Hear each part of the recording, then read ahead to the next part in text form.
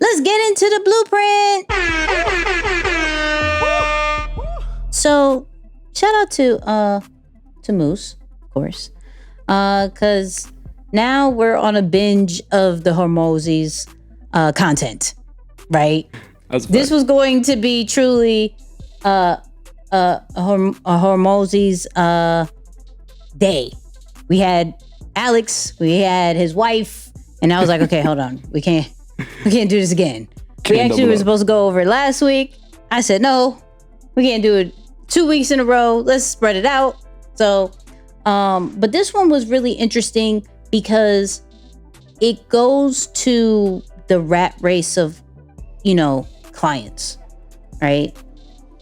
Always going and running to get the next client, whether you're, selling merch, whether you're selling products or services, whatever it is.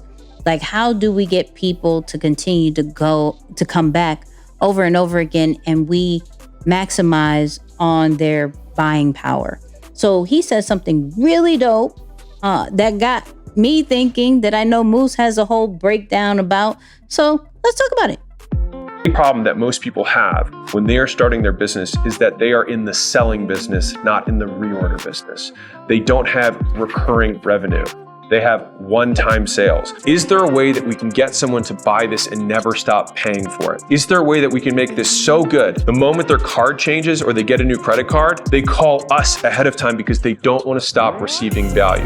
Facebook is a massive company. They do not have a recurring revenue model. They have a reoccurring revenue model, meaning I go to the Facebook store today, I buy some eyeballs, and tomorrow I might go back again and buy more eyeballs. I don't have a subscription, but I reorder over and over and over again.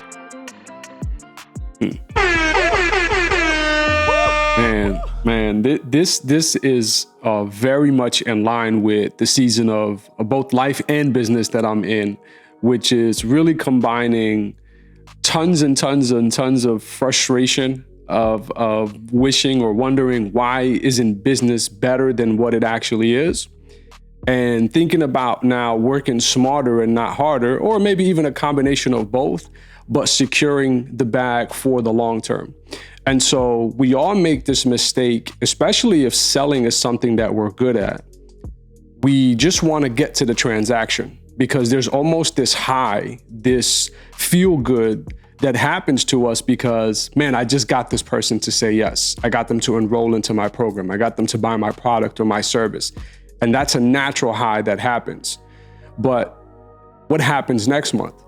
You have to go right back out there and do the exact same thing. There is no difference in what you do, say as a business owner, doing that for your business versus just working a standard sales job and probably having to worry less about all of the other responsibilities that come with when you own a particular business or brand, right? And so what's the difference though? Well, the difference is you want to think about building your book of business. And building a book of business now is saying, okay, how can I get these people or these clients of mine to buy on a more of a frequent basis rather than just on a one-off basis? When it's a one-off basis, you're having to constantly go out there and pursue new business every single time. The minute that you get some reoccurring revenue to happen, you start the following month, instead of at 0, maybe at 3. And over time, that domino effect really puts you in a healthy position where you can start to now scale your business or scale other elements of it without having to feel the pressure of, oh man, but what about my overhead? Or what about these other areas? And so I've always been a huge fan of this component because yes, it takes longer. You build this side slower because you're saying, hey, I don't want to just get your money one time and end our relationship. I want to get your money and open the door for how we're going to be in relationship for the long haul. And so you serve this customer differently. You think about their needs and their pain points and their goals and objectives also very differently. And so this is incredibly critical, man. If you're in business today, you need to think about, okay, after I get the sale or, that opening transaction from them, what happens next? Is there a way for me to put them in a position where they can continue to do business with me on a reoccurring basis and not end that relationship? And that is one of the things that I've even identified in the flight assessment business model as one of our kind of red flags or challenges. Although it's a phenomenal product and I put my life on it, literally, it's a product in which a customer only has to buy once a year. And so that frequency is so long. From a business standpoint, every single month, you have to go out there and run and get new leads and get new leads and get new leads, which is fine. You're going to do that naturally. But that's what's different on the SaaS side, which is why I look at more of Extreme Execution as a tech company, because on that side, we're giving people access to the technology and they're using it on a reoccurring basis. And so that's the difference between one business, two different sides of the platform, and they give you two completely different options. But the only reason why they really complement one another is that one is naturally reoccurring. One is, you only can do it once a year, but there has to be other ways to complement it as well. So you kind of see the pros and cons of both sides. That makes sense. I think with that clip, what really popped out to me was that Facebook talk, right? Because, of course, when you're thinking about reordering, like the subscription instantly pops up, right? And so hence why even fashion has like subscription models and that whole nine. Like you get a box and every month you'll get the new shirt and the hat and new shirt and jeans and things like that. And everybody starts to think about subscription in some way, shape, or form. But there's some that doesn't necessarily have that. And when he said the reoccurring, as far as you have something that people need, sometimes on demand, right? Or something that will get them more exposure in Facebook's standpoint. And you're going to want to pay for that when you need it. On a regular basis, you're going to keep coming back for that situation. And I'm like, that's so key, because like, you know who also does that when it comes to challenges was the Russell, what's his name? Russell Brunson? That's how you say his last name? Mm-hmm. Yeah. Mm-hmm. So he had this one funnel challenge where for 30 days, you're trying to create a funnel and then the information is gone.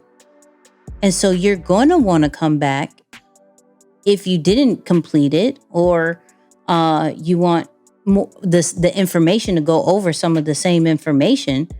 You're going to want to buy that over again. Something that normally is a one-time situation and either you pay a subscription for to get access as long as you need it, or it just goes away, is now something that you can kind of make it fun and people are going to want to come back to it. So I'm thinking, like, how do we get the products and services that we have into a reoccurring search situation, a reordering situation? And it's not, and it takes some thought. It's not instant because we're so used to, the one-offs sometimes. And it's like one-offs or subscriptions. But I've never, until watching that video, I never really thought about the reordering based off like a need. Mm-hmm. and giving you enough that, because if we break down Facebook, and this is where I'll geek out a little bit, from an organic side, it's like a hit or miss, right? You post something and sometimes you can get really good looks, sometimes you don't. Especially on a Facebook standpoint, that's more of a pay-to-play platform. And for those people who don't know what that means you actually have to pay the platform to get more people to have eyes on what you have.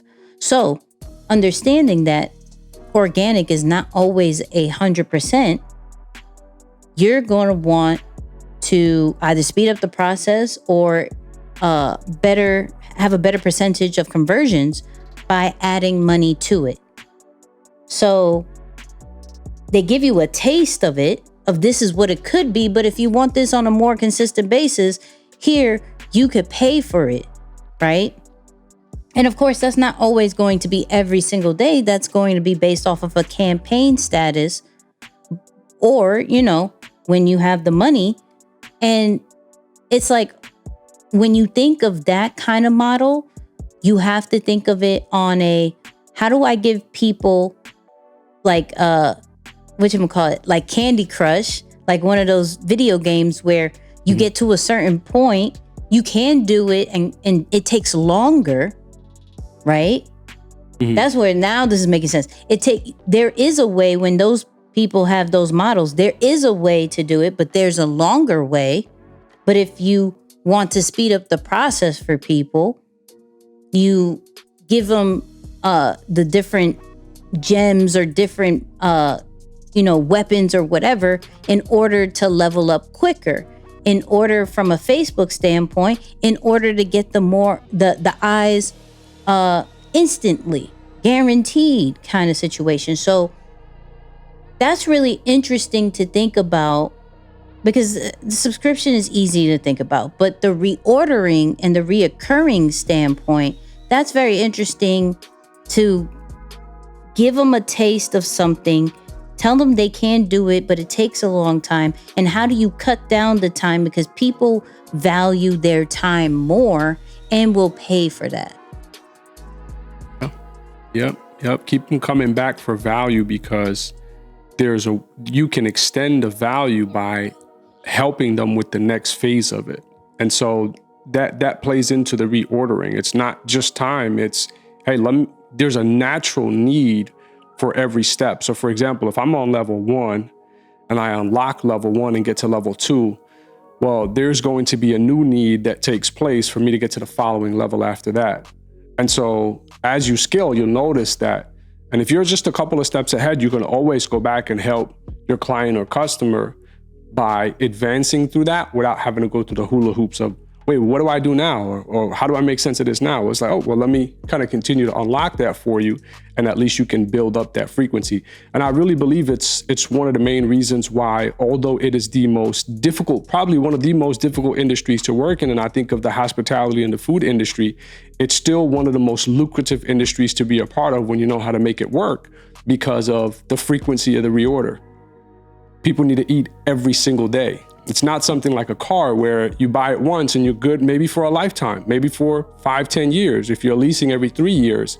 But obviously, because the cost of a vehicle or a car is a lot higher, you don't worry about the reordering on that model, but you definitely think about it when it comes to the average product or service-based business, because you need that traffic from your clients without having to go out there and start that entire transaction or sales cycle from the very beginning. So yeah, I think the reorder piece definitely adds a unique look to it. And you got to think frequency, like how soon or how frequent are people going to need what I have, especially once we get through that first cycle of it.